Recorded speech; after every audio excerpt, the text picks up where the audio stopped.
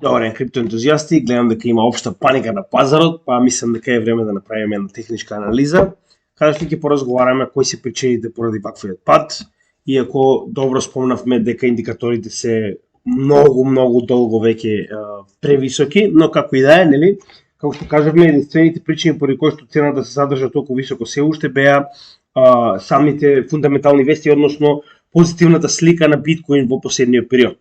Како и да е. Ќе поразговараме малку повеќе околу се, со тоа што денеска имаме нешто многу интересно и нешто ново. Ќе поразговараме за VIX индикаторот, односно од каде потекнува Fear and Greed индексот и тоа е уште еден чарт кој што ќе го додадеме на нашиот на нашите анализи. Гледате, тоа го правиме постепено на некој начин за да може да имате време да ги научите и претходните, односно да почнете да ги следите. VIX, како и овдека имаме исто така shorts и longs на Bitfinex. Тоа е големината на позициите на shorts и longs кои што моментално ги имаме на Bitfinex меновачницата, една од најголемите нормално, но таа е единствената што соодветни податоци од овој тип дава, така да затоа ги следиме и тие, но ќе поразговараме малку подоцна за нив. Сега за почеток нормално ќе почнеме со како што кажаме, секогаш кога правиме анализа да видиме што се случува на пазарот, прво гледаме дали има ликвидации. Ако се сеќавате, ова го најавивме уште пред 2 дена, кога видиме дека има огромен број на ликвидации, односно 262 милиона ликвидирани лонг позиции. Последниот пат кога тоа се случи е 9 февруари, каде што имавме 254 милиони. Да видиме што се случува на 9 февруари. Значи, 9 февруари, само да смениме на дневно, за да може да видиме точно што се случило.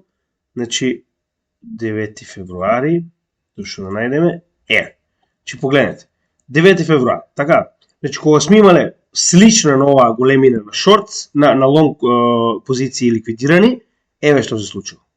Значи, 5% пат. Да видиме што се случи кога имавме слична големина на ликвидации, 5% пат.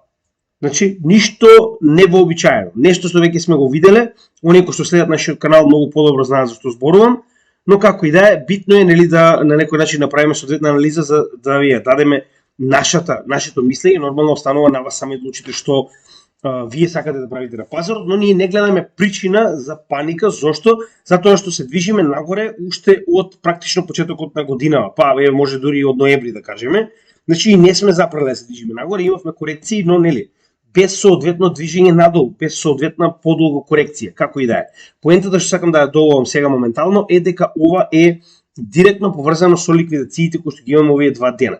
Кои што гледате, за разлика од нормални денови, каде што ликвидациите се не за по 10-20 милиона, овде ке имаме 262 ликвидирани лонг позиции и 112 следниот ден, односно вчера.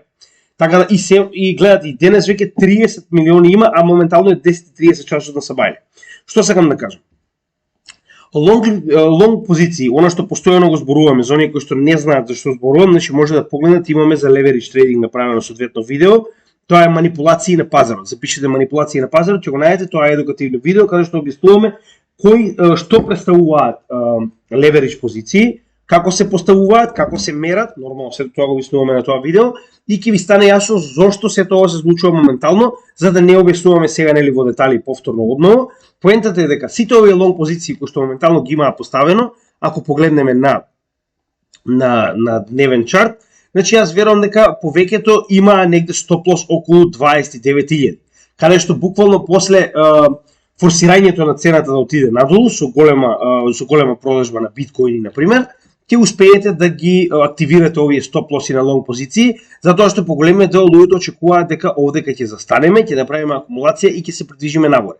Значи дури и во оваа ситуација почна да наликува на флаг формација, значи на знаме формација, но гледаме дека истата проби надолу, така да оваа знаме формација можеме да избришеме. Тоа го најавивме пред некој ден, како и да е. Идејата е како што можеме да видиме дека луѓето очекуваат после 30.000 дека автоматски ќе продолжиме да се движиме нагоре. Иако ние многу пати, нели, го кажавме тоа дека индикаторите во оваа ситуација ни покажуваат дека сме спремни за пат. Но рековме дека поради фундаментални вести се случува, значи уште еднаш напоменувам, ова јас го кажав, не одрекувам, но уште еднаш напоменав зошто е тоа така. Реков дека можно е да се случи, како што имавме во оваа ситуација овде, каде што практично го пробивме претходниот all-time high во 2020 година, тоа беше 20.000, значи имавме блага корекција и продолживме нагоре, иако бевме oversold, така, значи го кажав како пример, дека тоа се случувало во историјата на биткоин и дека може да се случи повторно. Но уште еднаш ќе напоменам, тоа не го менува фактот дека кажавме многу пати дека моментално индикаторите се многу високи и дека е потребно да се оладат, едноставно, да се намалат. Иако, уште еднаш, значи, се случувало предходно во биткоин, во многу пати, во многу наврати, да имаме продолжување на цената нагоре, иако индикаторите се премногу високи, кога имаме некои фундаментално добри вести, како што беше, например, ситуацијата со законот за Европска Унија, кој што го донесоа за легализација на крипто. Вчера напоменавме, го ставивме и видеото во кое што објаснивме како сето тоа беше направено, односно како изгледа законот и што исто регулира. Така да јас очекував дека можеби тоа ќе биде доста добра позитивна вест, дека истата може да предизвика повторно да се придвижи нагоре пазарот, но тоа не се случи. Затоа уште еднаш ќе напоменам, секогаш правиме и техничка и фундаментална анализа, да ги видиме двете страни и да видиме моментално која повеќе практично би преовладувала во движењето на цената. Во оваа ситуација очигледно техничката анализа ни покажува дека е време за корекција и тоа и се случува моментално, иако имавме добри вести на пазар, че морам да напоменам. Сега, пред да продолжиме овде, би сакал само да го објаснам VIX индексот и да направиме кратка анализа на DXY.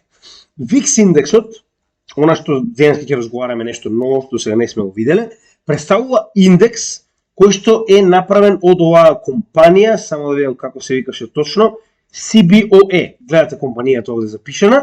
Значи тоа е индекс кој што е направен на сите, значи S&P 500, така, представува индекс кој што ги содржи средните цени на сите хартии од вредност, односно акции на 500 најдобри компании во Америка. Така.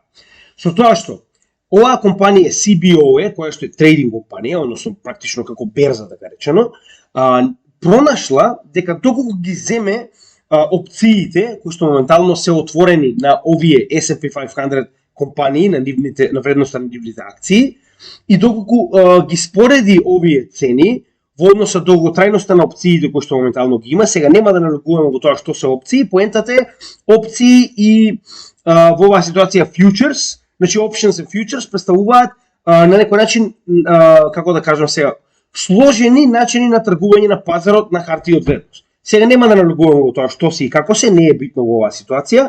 Повеќе за ова објаснивме во видеото кога разговаравме за ETF. Значи ETF за биткоин, таму објаснивме што представуваат futures, што представуваат options, нема да навлегуваме повторно сега. Ако сакате да си повторите, може да го најдете тоа видео, значи само запишете ETF на нашиот канал и ќе го најдете тоа видео, каде што објаснивме што представуваат. Идејата што е? Овие сложени инструменти кои што има ограничено време во кој што треба да се реализираат, и опциите и futures, значи се на некој начин ви даваат идеја, ви даваат значи очекување на тоа каде поголемиот дел пазарот очекува да се придвижат овие цени. Сега, кога ќе го земете VIX индексот, вие уствари ги земате само опциите на движење на овие 500 најдобри компании во Америка, односно нивните хартии од вредност и нивната вредност. Сега, опциите ни даваат колку моментално пазарот е волатилен, односно колку повисок е овој индекс, толку понестабилни се цените и поголеми се свинговите. Значи, ако да речем ова, сега, значи, кои се нормалните вредности, прво ќе отидем на дневен за да го погледнете поубаво. Значи, на овој индекс, според истражувањата кои што се направени до сега, затоа што VIX се смета за еден од најпопуларните индекси кои што се користи, кој што е преточен во Fear and Greed индекс. Сега, како се користи? Се користи со тоа што секогаш кога цената ќе се придвижи некаде нагоре околу 30, имаме исклучива нестабилност. Значи имаме крајно нестабилен период, имаме многу големи падови или растови на цените, најчесто станува збор за падови. И обратно, колку повеќе се придвижува надоле, со тоа што 21 е средна вредност на овој индекс што во почетокот на неговото постоење, а овој индекс постои многу долго време, со тоа што 21 представува своевиден индекс на стабилност. Односно секогаш кога овој индекс се наоѓа околу 21, не очекуваме преголема нестабилност на пазар. Така. Со тоа што ако погледнеме, значи овој индекс бил 21 пред само неколку дена, значи на почетокот на април прилика, ако го погледнеме Fear and Greed индексот, 21 би значило неутрал. Така. Со тоа што во оваа ситуација неутрал беше пред само неколку дена, кога се уште не беше качена цената на S&P 500 индексот, така. Така да, овој индекс е уствари преточен моментално во Fear and Greed индекс. Со тоа што секогаш кога се наоѓа длабоко под 21, имате автоматски fear, односно се намалил многу стравот на пазарот и моментално цените се движат нагоре. И обратно, секогаш кога ќе се придвижи нагоре кон страв, значи во оваа ситуација негде околу 30, кон 30, колку е повисок, толку неговите цената на S&P 500 паѓа. Сега, за да го доловиме ова многу подобро, ќе го ставиме и S&P 500 индексот, SPY, секогаш го ставаме со New Price Scale и може да погледнеме многу едноставно. Гледајте. Значи во моментот кога од 20 се придвижил нагоре овој индекс кон 30, сме имале масовен пат на цената на S&P 500 вредност. Кога почнува да се движи надоле кон и под 21, имаме раст. Исто и обратно. Значи, целиот bear маркет да го земеме во оваа ситуација. Значи, ќе ставиме на неделно ниво, за да може да видите многу по-лесно, да не биде многу збунувачки. Значи, гледайте, од почетокот на bear маркетот сме имале пад од 30 па надолу до 21. Во тој момент имаме Dead Cat Bounce, се движи нагоре, цената се движи нагоре. Така, повторно 30, масовен пад.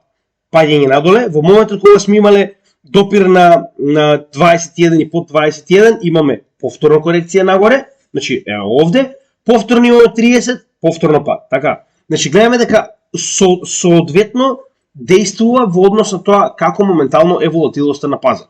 Така да во оваа ситуација ќе го земаме во предвид за да можеме да видиме што се случува со традиционалните пазари, за да можеме тоа да го пренесеме на криптопазарите. Така да во оваа ситуација ова моментално не ни е потребно. Она што треба да заклучиме моментално е дека имаме крајно, значи нема fear, се разбираме. Во оваа ситуација значи нема едноставно причина за страв, така, значи имаме greed. Но проблемот е што овој индекс е обратно пропорционален. Односно, ако еве само уште еднаш ќе ја поставам само за да ви стане јасно што сакам да кажам. Значи ќе ја поставам S&P 500 за да ви биде јасно. Вие практично требало да купувате кога сте во максимален fear, се разбираме. Она што го кажуваме, значи нели според баронот Ротшилд, значи купувате кога е стравот на пазарот, кога е значи неповолно за купување. Во оваа ситуација гледате, значи овој индекс треба да ви каже кога цените веќе го достигнале максимумот на страв и е време да се коригираат. Така да во оваа ситуација Fear and Greed индексот ви кажува дека е време за пад. Значи дури на традиционалните ви го покажува тоа. Така, еве да го додадеме моментално и биткоин да видиме дека се корелирани. Значи во оваа ситуација можеме да користиме комотно за биткоин директно. Дури не мораме тоа да користиме ни на самиот еве ќе го избришеме моментално S&P 500, значи гледајте. Кога бил на 30, иако не заборавајте дека ова овдека е FTX. Че ова е падот на FTX и затоа моментално овдека цената не продолжи да се движи нагоре на биткоин, но доколку не беше FTX, значи во моментот кога било индексот на 32, било најповолно време за купување, затоа што ова е дното на пазарот на биткоин, така? Ајде да погледнеме претходно во однос на самиот врв на пазарот, да видиме како е таму корелиран. Иако не е директно корелиран, но можеме да видиме дека во оваа ситуација сме достигнале 35 во моментот кога сме достигнале втор врв на пазарот, така? И во таа ситуација значи било паметно да се продаде затоа што сме во екстремен fear. Извинете, да се купи. Зошто е тоа така? Затоа што вие практично доколку би купиле на оваа вредност, вие купувате на Dead Cat Bounce. Така? Значи ова е моментално онаа корекција пред да продолжиме надолу. Сакам да кажам, ако сте го тргувале овој индекс и ако сте купувале секогаш кога овој индекс е висок, вие би ги купиле сите Dead Cat Bounce-ови. Така? Значи гледајте, масовна корекција, индексот се придвижил нагоре до 30, ако сте купиле, вие сте можеле да остварите профит овде. Така? Значи имате купување, кога почнува да паѓа, вие продавате на обратната ситуација. И обратно. Значи, затоа велам дека иако не е целосно корелиран, значи на дневно ниво мислам дека можеме да го користиме чисто како показател за тоа, дополнителен показател за тоа како моментално нели се движат работите на овој пазар. И значи погледнете, ова е уствари FTX колапсот. Ако не беше FTX колапсот, на пример, оваа висока вредност би била одличен момент за купување затоа што цената ќе се придвижи нагоре. Значи, како дополнителен индекс е интересен и е добро да се знае. Значи, би било интересно да го имаме. И во оваа ситуација, ако се кејавате онаа корекција која што добивме голема на пазарот, само да ви покажам каде се наоѓа, значи оваа корекција овде, така. Значи, ако погледнеме на VIX, ние сме имале доста висока вредност од 29, 20, 30,7, така. Ако сте купеле во оваа корекција, значи кога сме имале висока вредност на VIX, ние практично ќе сме купеле на корекцијата каде што купивме и ние, ако се сеќавате кој што ви го напоменавме тоа, и ќе сме продолжиле нагоре. Така, во оваа ситуација, значи VIX е добар дополнителен индикатор кој што е преточен во Fear and Greed индексот, но некогаш е добро директно да го погледнеме самиот индекс, затоа и го ставив, затоа и ќе гледаме да го користиме. Така да во оваа ситуација ни покажува дека S&P 500 е екстремно overbought, се извинувам. Еве, гледате. Значи можеме да го погледнеме тоа.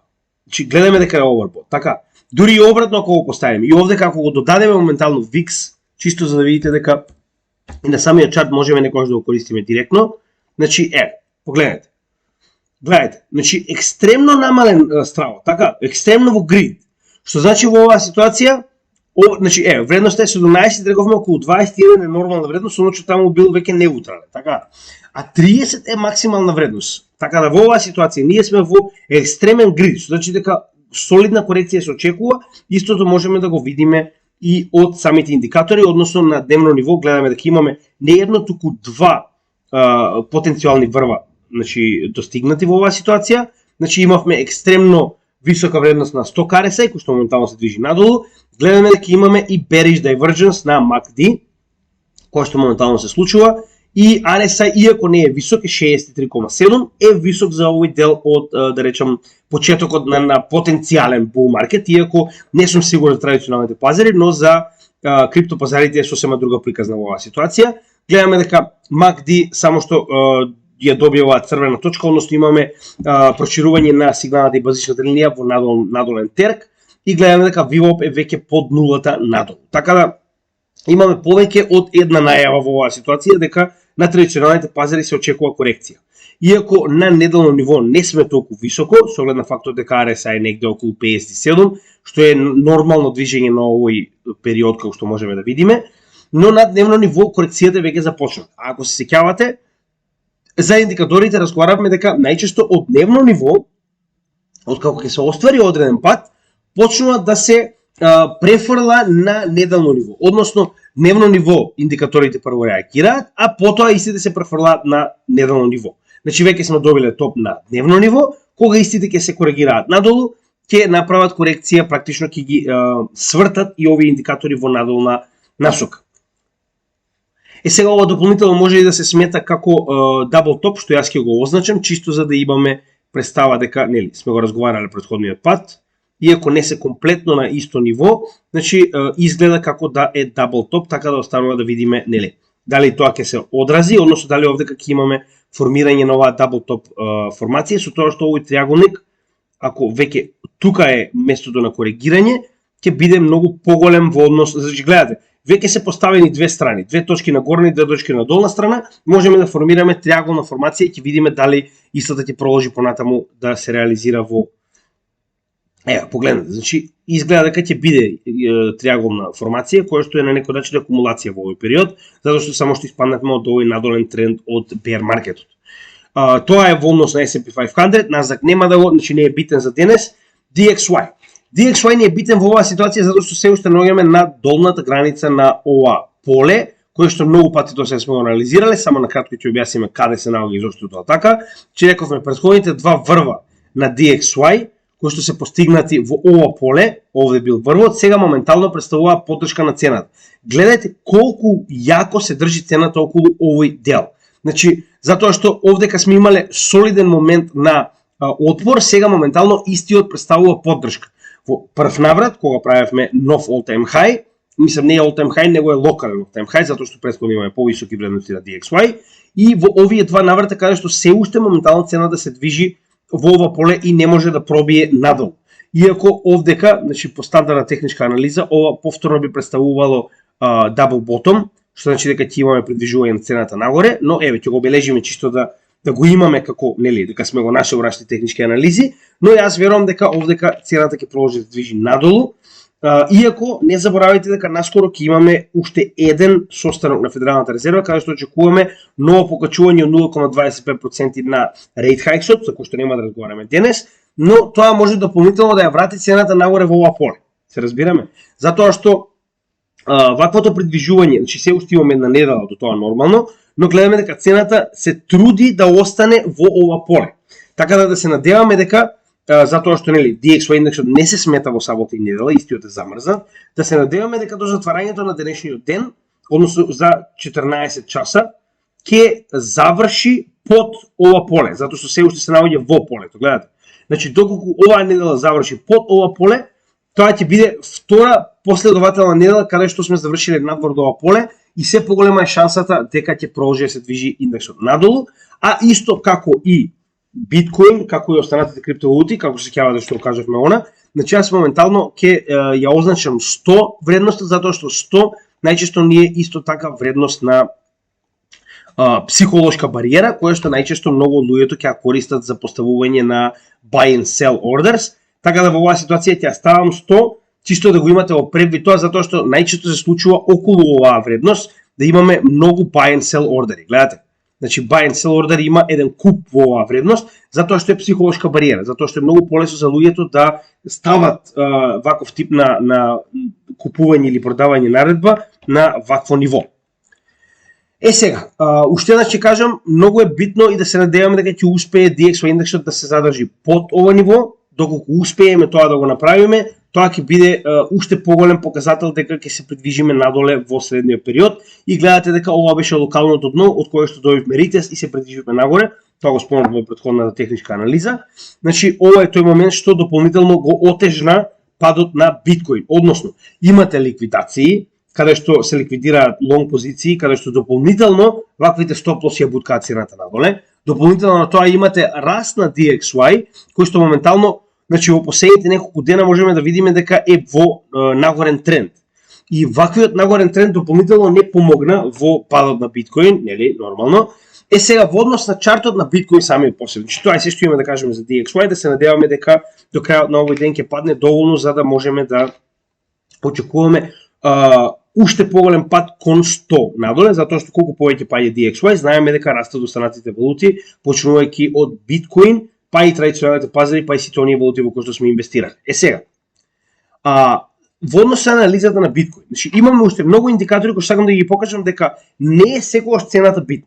Значи можеме да видиме понатаму што се случува со майнерите, со hash rate, со difficulty, значи со се ќе објасниме, за да видите дека само цената на биткоин моментално е во блага корекција. Се останато е сосема солидно и се придвижува нагоре. Тоа е прва работа, а втора работа која што е многу битна во оваа ситуација е да разбереме дека овој пат не е крај на светот, че ова е само 5% пат. Погледнете каде се наоѓаме. Значи како од овој раст наеднаш паника се створи за само овој пат од 5%, не може да разберам. Од друга страна, ако се сеќавате, ние ова го напоменувавме веќе неколку пати дека многу би било добро ако успееме да направиме корекција до 200 неделната средна вредност. Исто така, до оваа тренд линија која што ствари представува канал кој што моментално го продолжиме. Значи ова е каналот во кој што моментално се движи цената над, во и под него, така. Значи во целиот овој период цената буквално се движи во овој канал. И гледаме дека имаме затварање на овој триаголник овдека со горната граница на овој канал. Така да, потенцијално ретестирање на горната граница на каналот, што исто така би било соодветно со, значи ова е горната граница на каналот, 200 неделна средна вредност и овој локално дно. Ова е дното кое што го направивме на патот надоле кога паѓаше Тера Луна. Така да ова се многу цврсти нивоа, кои што доколку би направиле нивни ритест, би било многу подобро за нас за долг период. Зошто? Многу често се случува ваков тип на нивоа да ни биде потребно да ги претвориме во поддршка пред да се придвижиме нагоре. Значи, тоа е многу нормална работа во однос на движењето на биткоин, генерално кога станува збор за нивоа. Значи, дали е тоа за кршење или за ретестирање во однос на обратна насока, секогаш, значи, цената има, гледате, значи има ова едно ниво кое што сакам да земам како пример. Секогаш цената има како на некој начин не е тоа правило, туку тоа е психолошки. Зошто е тоа така? Затоа што не само ние, туку многу трейдери го гледаат ова. Така, значи многу трейдери користат истите алатки, истите тренд линии, истите индикатори, така да во оваа ситуација многу од луѓето би очекувале дека ова се солидни нивоа на отпор, така, на поддршка. Така да во оваа ситуација нормално е дека ќе има многу луѓе кои што ќе купуваат, кога ќе стаса на пример цената до 200 неделната средна вредност, или кога ќе стаса до оваа тренд линија, или кога ќе стаса до ова локално дно. Така да поради овие моменти е нормално кога ќе се придвижиме до вакви индикатори или формации или да речем, не знам, тренд линии и слично, да имаме поддршка. Поради тоа што многу луѓе ги гледаат. Значи се е психологија. Тргувањето е само психологија на емоциите на луѓето. Така да вие се обидувате да размислувате подобро од останатиот дел од чопорот. За жал, тоа е вистината и поентата е дека на крајот од денот тргувањето е игра на нула. Зошто го велам ова? Значи не може да има плюс. Значи некој ќе изгуби за некој да добие. Внесот на средства е секогаш ист. Односно, сите ние ги внесуваме средствата внатре, некој ќе изгуби за вие да може да добиете. Затоа и, например, циклусот на биткоин е таков да луѓето кои што купиле рано ќе ги продадат своите биткоини на луѓето кои што ќе влезат касно во циклусот. И на тој начин вие сте во профит, а они се практично во загуба затоа што купиле касно и цената почна да се движи надолу. Истата ситуација и овде. Значи не заборавајте дека вие уствари играте против еден тон играчи кои што исто така како вас гледаат индикатори, гледаат нивоа, гледаат формации, гледаат слично. И треба да разбереме дека ова е нормална психологија на луѓето, каде што во овој сегмент верувам дека ќе има огромен број на купувачи. Огромен број на купувачи. Затоа што се нивоа кои што сите ги гледаат. Значи тоа е поентата. Затоа постои поддршка овдека. Не постои поради тоа што има нешто магично во тој дел. Значи постои поддршка затоа што многу од луѓето ги гледаат овие нивоа и очекуваат кога цената ќе се коригира до истите да купаат. Тоа е се. Сега, во оваа ситуација, значи пак ќе напоменам дека ако мене ме прашувате, корекција во овој дел до оваа тренд линија која што е соодветствува со, нели, овој канал нагоре, до 200 неделната средна вредност и до ова локално дно ќе биде многу позитивна за нас, затоа што ќе направиме корекција, ќе ја претвориме истата во поддршка и ќе можеме да се придвижиме нагоре.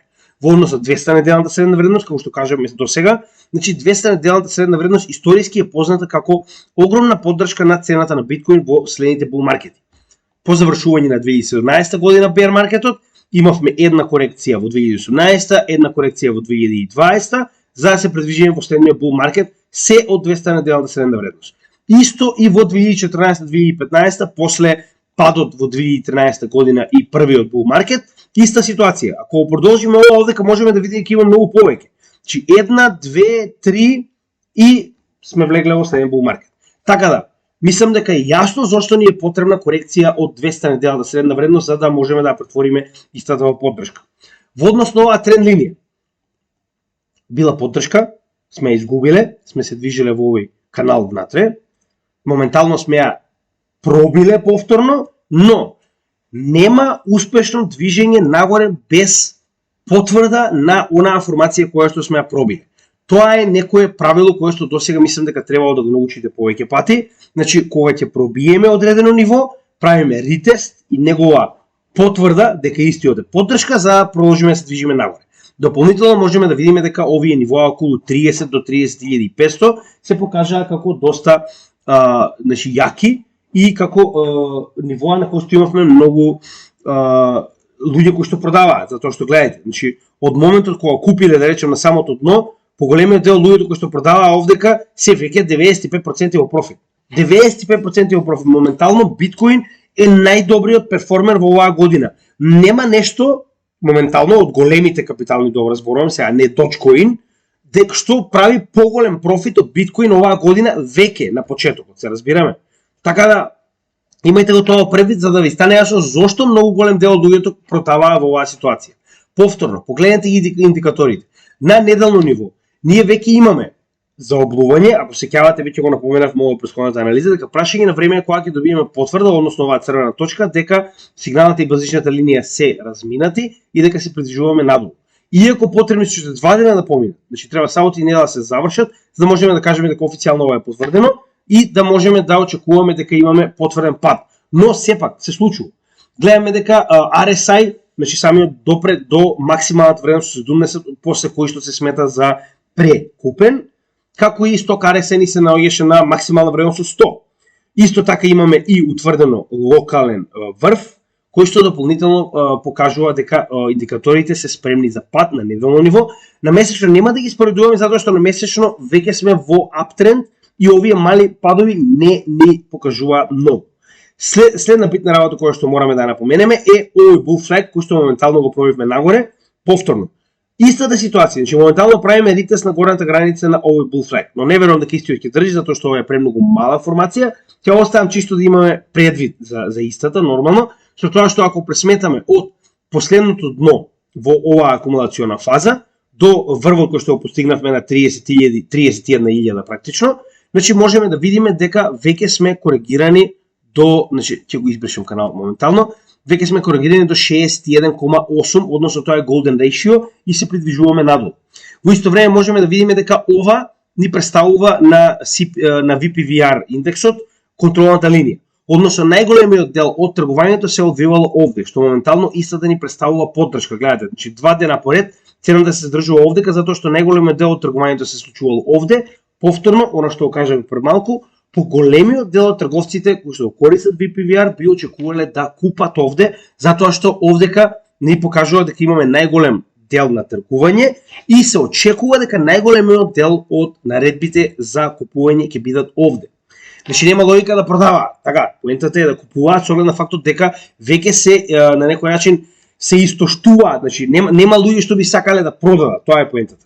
Истото можеме да го видиме на дневно ниво, каде што сток RSI веќе се коригираше до апсолутна нула, VWAP веќе се заобли. Негативен outflow на пари имаме, затоа што зелената линија само што помине под нулата, и гледаме дека и RSI се коригираше солидно, значи веќе е под 50. Ваквиот голем пат ни даде солидно коригирање на RSI од прекупен на под 50, што е 20 поени корекција, доста голема. Гледаме дека VWAP е се уште надолу, се уште нема заоблување, но гледате колку голем пат имаше и колку брз пат имаше самиот MACD во оваа ситуација. Сега, пак ќе напоменам.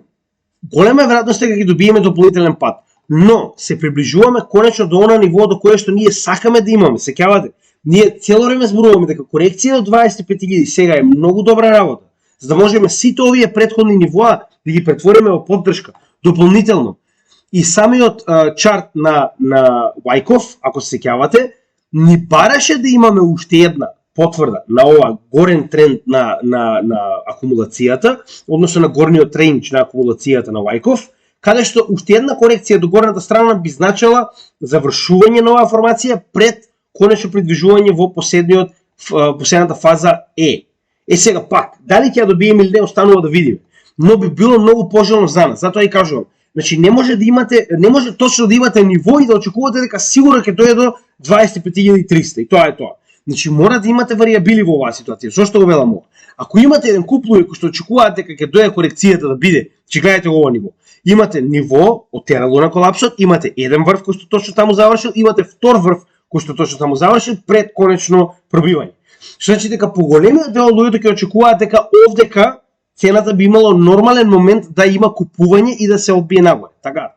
Во оваа ситуација, верувам дека ќе има еден тон луѓе кои ќе постават малку над ова ниво, каде што кога нивните наредби ќе се завршат, вашите нема да бидат активирани. Односно, ако вие ставите наредба на 25.200, голема веројатност дека нема да се активира. Ако зборувам, ако правите leverage trade, затоа што најголемиот проблем е leverage trade. Најголемите движења и волатилност е поради leverage trade. Така да во оваа ситуација, ако сакате да купите и чекате точно цената да дојде до 25.300, нема да се случи да купите, затоа што во оваа ситуација имате еден куп луѓе кои што ставиле leverage trade long овдека, затоа што ова било нормално ниво каде што очекуваат луѓето да цената се придвижи нагоре, и ако имате leverage trade од не знам 30 милиона, во моментот ќе дигнат цената веднаш нагоре и автоматски имате само продолжување на купување, што значи дека ако вие чекате, голема веројатност дека ќе го пропуштите нивото. Тоа е од аспект на како изгледа тоа од психолошка база, затоа што ова е психологија на крајот од денот. Треба да предвидите што другите би правеле. Сега, значи, уште еднаш ќе напоменам, индикаторите не се наклонети дека ќе имаме директно движење нагоре моментално. Гледаме дека се уште сме во пат и гледаме дека овој пат може да продолжи, што значи дека не мора да имаме пат надолу директно. Може, како што кажавме и претходниот пат, овој пат да се движи хоризонтално, односно да имаме практично зигзаг движење во хоризонтална, пред конечно индикаторите да се одат доволно за потенцијално движење повторно нагоре. Уште една сакам да напоменам дека голема веројатноста во однос на неделно и месечно ниво дека ќе имаме сличен чарт како оној во 2019-2020 година. Зошто го велам ова? Значи ќе го направиме тоа овдека, иако повторно, уште еднаш ќе напоменам, ова не сакам да го правам, затоа што самото по себе е, како да кажам, значи не може да значи дека ќе се случи, ова е само теорија, така? Значи ако земеме копија од целото ова движење до моментот кога сме пробиле нагоре, така? Значи ова е копија од bear маркетот во 2019-2020 година од самото дно. Значи, зошто го велам ова? Ова има сличност затоа што како што имаше таму Black Swan event, така се најавува и овде Black Swan event. Односно, гледајте го. Гледајте колку на некој начин соодветно изгледа. Значи, зошто го велам ова? Од апсолутното дно кој што го постигнавме, доколку го поставиме претходниот чарт кој што сме го имале, че гледаме дека неговото движење до сега е сосема исто.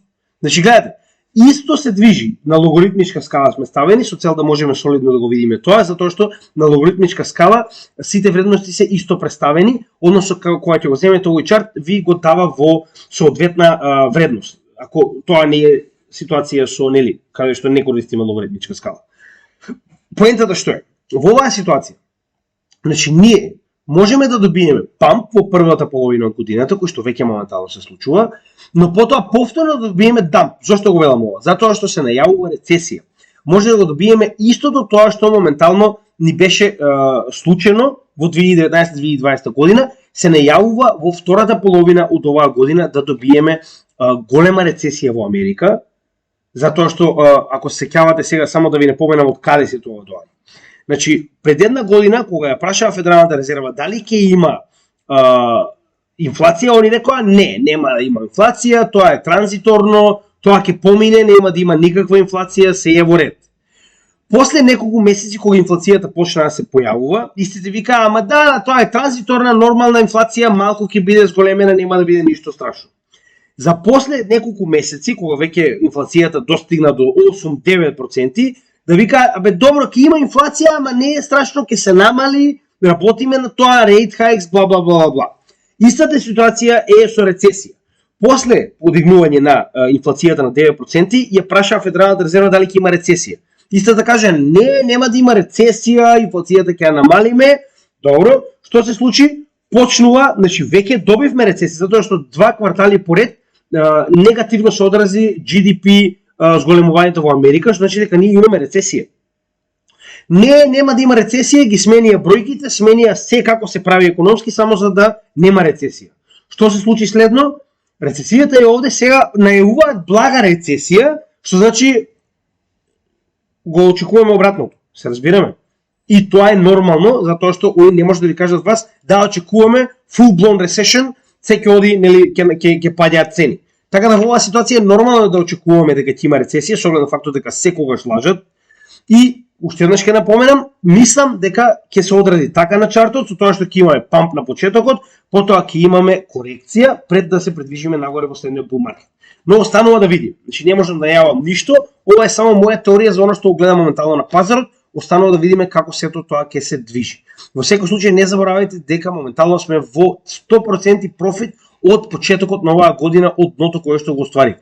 Така да, тоа имајте го предвид секогаш кога гледате дека имаме корекција. И корекцијата е сосема нормална и не гледам причина за паника, затоа што ако погледнеме целиот овој чарт, ние сме добили 5% корекција и луѓето размислуваат дали треба да си ги продадат сите се што има. Значи, не знам што да кажам.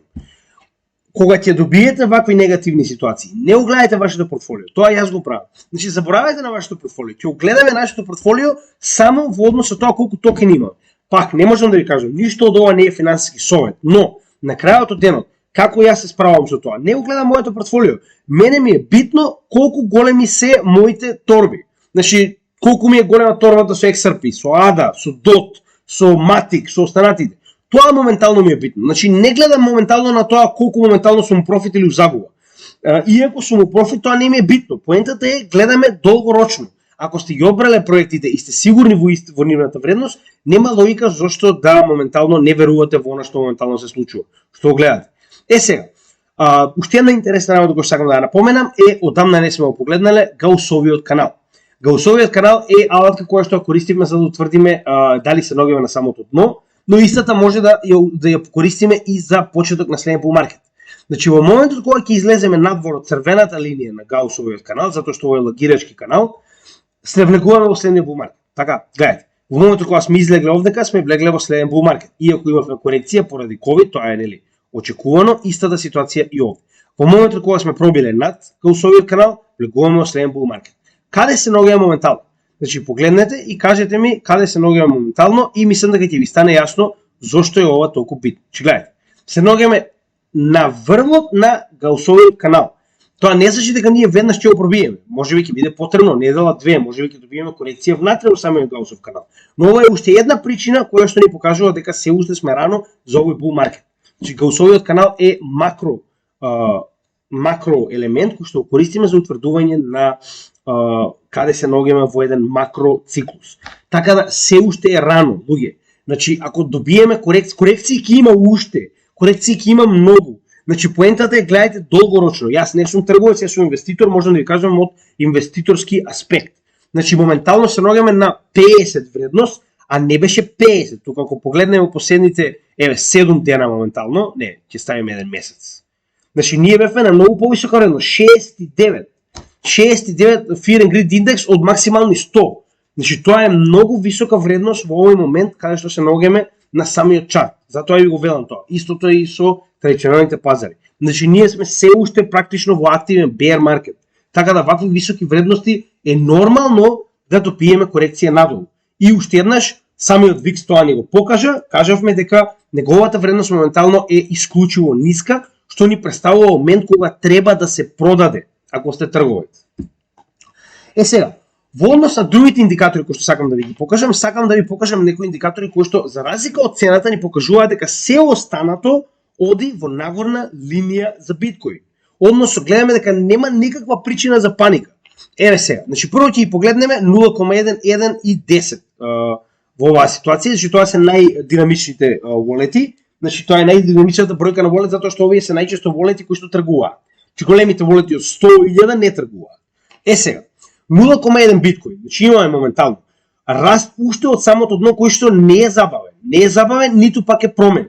Што значи дека само расте бројката на 0,1 биткоин волет. Така, значи на почетокот на овој bear market имавме 4.211.000, за сега моментално да имаме 4.305.000. Така, значи дека сме зголемиле скоро за 100.000 волети во 0,1 биткоин што поседуваат. Следно, 1 биткоин, гледајте, иако е благо, се уште е нагорно, значи постојано имаме придвижување нагоре, гледате. Значи почетокот на bear marketот сме имале, значи самото дно 974, за конечно само што не сме пробиле 1 милион. Ова е верувам едно од оние работи кои што ќе има на сите вести кога ќе се случи, но таму се наоѓаме. Значи прашање на време е кога ќе пробиме 1 милион.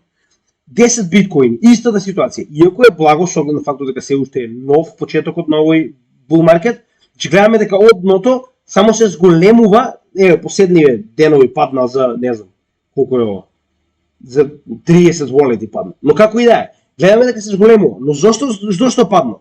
Тоа е оно што кажуваме. Ова е логичен момент за продажба, затоа што се наоѓаме на многу тешко ниво на отпор. Значи нормално е дека дел луѓето ќе земаат профит да купат повторно, посебно ако се трговци. Рековме дека овие три варијанти на волети спаѓаат на трговци, што е нормално да продадат со цел да купат на малку пониска вредност и да направат поголема количина од биткоин. Тоа е поентата. Значи гледаме дека овие три типа на волети кои што се најдинамични се во постојан пораст уште од самиот почеток на bull маркетот, да речем на воспоставување на дното. Следно, hash rate all time high, повторно. Значи се движиме од all time high во all time high. Hash rate представува процесирањето на трансакции на мајнерите, кое што гледаме овдека, ова беше практично колапсот на Кина, каде што Кина ги избрка своите мајнери. Имаше уште еден пат овде, тоа беше она ледена бура која што има во Америка. Покрај тоа ние имаме само движење нагоре. Имаме нов all time high кој што е поставен сега, денес. Значи, тоа значи дека се повеќе и повеќе се процесираат, се повеќе и повеќе мајнери има. Miner difficulty. Значи, miner difficulty, односно тежината на алгоритмот кој што треба да биде решен, е се повисока затоа што имаме се повеќе и повеќе мајнери онлайн. Односно, ова се зголемува и се намалува во однос на тоа колку мајнери има моментално онлайн. Прост пример. Овдека, каде што имавме онаа ледена бура, имаме пат затоа што поголемиот дел од мајнерите во Канада и Северна Америка мораа да ги исклучат своите майнинг фарми затоа што немаше струја. Значи самата бура предизвика да нема струја, од друга страна беа солидарни со државите и кажаа ќе прекинеме моментално работата на нашите мајнери со цел да има повеќе струја за останатите, така, затоа што е побитно да преживеете во оваа ситуација. Но она што е битно е дека колку помалку мајнери, толку повеќе се намалува тежината на алгоритмот, за да биде се уште блокот точно од она време кое што е представено за биткоин. И гледаме дека моментално е повторно на all-time high. Денеска имаме нов all-time high, пак. Значи денеска имаме нов all-time high затоа што имаме рекорден број на мајнери. Се повеќе и повеќе се зголемуваат мајнерите.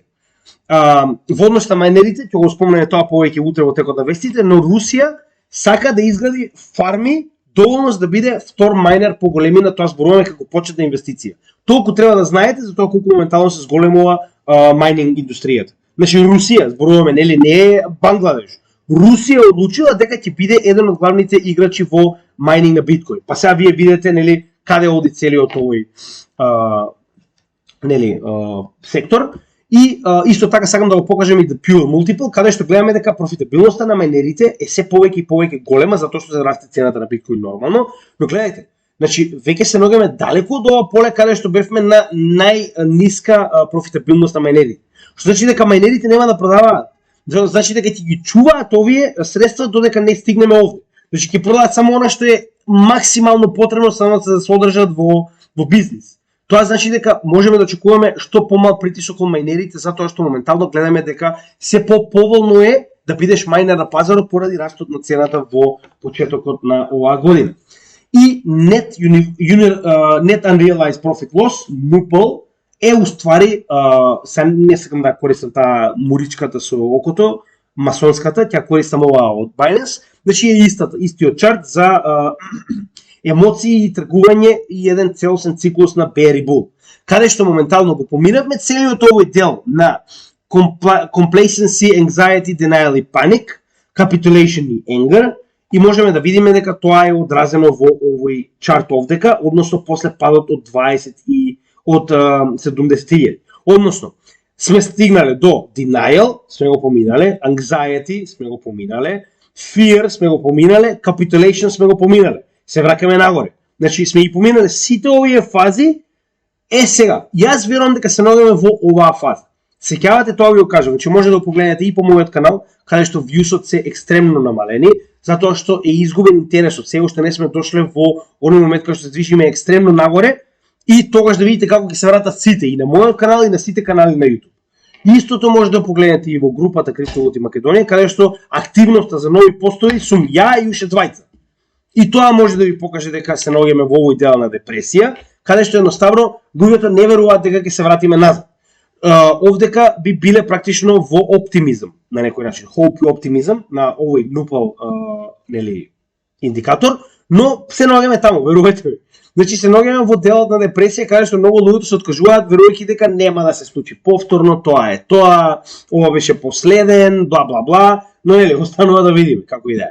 И уште една интересна работа, што е многу битна исто така за биткоин секторот, е Bitcoin Lightning Capacity, односно ова е колку биткоини се заклучени во Lightning Network. Гледаме дека уште од дното, значи имаме само раст, иако овде имаме благ пат поради самата цена, верувам дека некои од овие луѓе претпоставувам ги искористиле за продажба, но имаме 5376 активни биткоини учествуваат во Lightning мрежата. Односно тоа е капацитетот за трансфер помеѓу лица во Lightning мрежата. Може да погледнете, имаме и за Lightning мрежата соодветно видео и е интересно да погледнете во однос на тоа да сватите како биткоин може да биде користен за секојдневна употреба со многу мали физ. Тоа е се што имаме да кажеме. Уште еднаш ќе напоменам, не заборавајте дека имаме масовни ликвидации на лонг затоа што имаме преголемо очекување дека ги се придвижиме нагоре над 30.000. Така да тоа е нормално што моментално го гледаме, имаме 2 дена од екстремно високи лонг ликвидации и тоа го предизвика овој пат. Останува да видиме кога цената ќе се стабилизира, не можеме да знаеме со сигурност, но уште еднаш ќе напоменеме, ова е на некој начин местото каде што ние очекуваме цената да се врати од 25.000 до 26-27. Тоа е на некој начин метата која што ние очекуваме. Имаме спремно капитал, рековме дека доколку добиеме солидна корекција, ќе купиме нешто од она што веќе го имаме, ќе додадеме некои нови коини, не кажуваме ништо сега затоа што прво чекаме солидна корекција да се случи, за откако ќе ги купиме, нормално веднаш ќе ви направиме видео да видите што сме купиле и кога. Значи едноставно нема логика да ви кажеме ќе купиме тука и тоа, затоа што секогаш можеме да правиме техничка анализа, можеме да утврдиме веројатност каде ќе се движи пазарот, но не можеме никогаш сигурно да знаеме што ќе се случи. Затоа го следиме и заедно со вас гледаме да најдеме најдобра позиција за нашите пласмани на купување на коини. Ќе гледаме денес да направиме и второ видео со оглед на фактот дека едниот техничар ни е во градинка, а другиот моментално спие десно до мене, така ќе треба да го отпуштам. Како и да е, ќе гледаме да го направиме видеото за файл, затоа што го ветивме.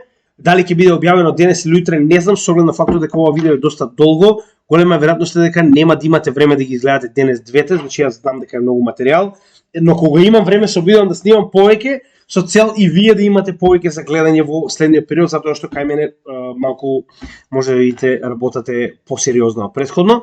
Така да, уште еднаш ви благодарам на се, пак ќе кажам, значи не сакам да бидам оној стандарден јутубер, лайк, шер, сабскрайб, но секоја мала помош помага на овој материјал да биде доставен до што повеќе македонци, така да помогнете на овој канал за самиот материјал да стаса до повеќе македонци со цел ова што го работиме напорно да биде видено што повеќе луѓе и луѓето да бидат информирани за она што се случува на пазарот. Ви благодарам на секоја поддршка, ќе гледаме да добиете, како што кажаме, и Filecoin и вести во текот на овој викенд и се гледаме нормално во следното видео. Поздрав од Crypto Game Media.